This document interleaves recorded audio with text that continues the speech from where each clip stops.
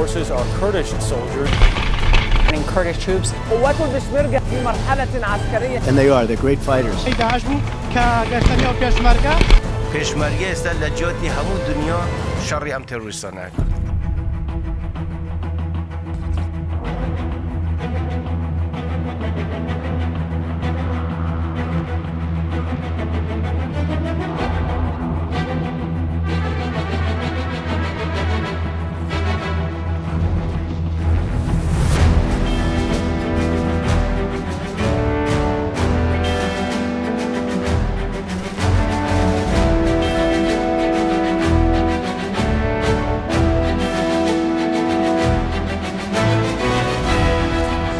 لێرە ڕێکەوتنە ڕاستەقینەکەت دەبینیت کە دەبێت هەر لایەنێک ڕۆڵی خۆی بجێڕێت. پێویستە خۆمان بپارێزین و هاوکاری ئەوانەش بکەین کە لەسەر زەوی و لە بەرەکانن وەکو کورد.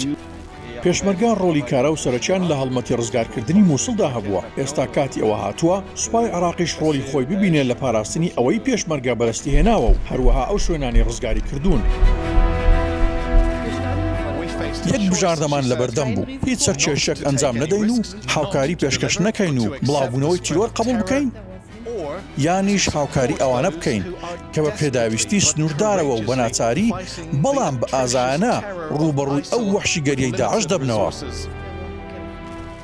ئێمەش زۆر هاوکاریان دەکەین. ئێمە زۆر هاوڕێیانە بوون لەگەڵیان. وەک چۆن دەزانیت ئێمە لە تەکیەک کۆتاییمان بە داعش هێناوە. ئەمە ماوەیەکی کەم بوو بەر لە ئێستا کە ڕوویدا. ئێمە لە تەواوی ڕۆژهەڵاتی ناوەڕاست بەهۆی هاوکاریی زۆری کوردەکان ئەو کارەمان ئەنجامدا. ئەوان سەربازی مەزنن، هەندێک خەڵک بە سروشتی خۆیان جەنگاوەری مەزنن، کوردەکانیش جەنگاوەری مەزنن.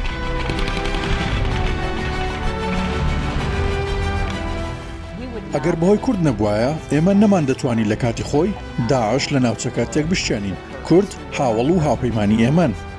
دوای بردومانە ئاسمانەکانی ئەمریکا هێزە کوردەکان ناوچەکانی خۆیان دەکەوێتەوە ژێردەست. پێشمەرگە لە بەرەکانی پێشەوەی جەنجی ڕوبەڕبوونەوەی داعشن. جەنگ لەگەڵ داعش بەردەوامە. هێزە کوردەکان لە بەرەکانی پێشەوەی جەنگەکان ڕوبەڕووی دوژمنێک دەبنەوە کە خاچی ئەوانی داگیر کردووە. هێزەکانت ئەوانن لە بەرەکانی پێشەوە لە بەرامبەر داعشدا پارێزگاری نەکتەنیان لەم ناوچەیە بەڵکو لە تەواوی جیهان دەکەن. ئەمە ئەو شتەیە کە ئێمە دەمانگوت.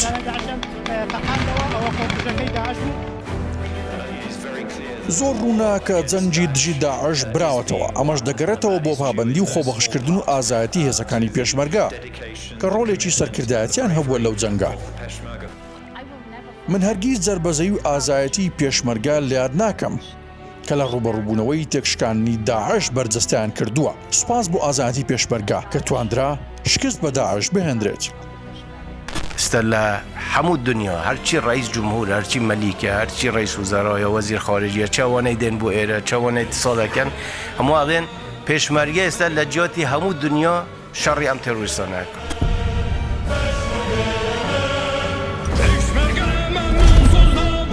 Kurdistan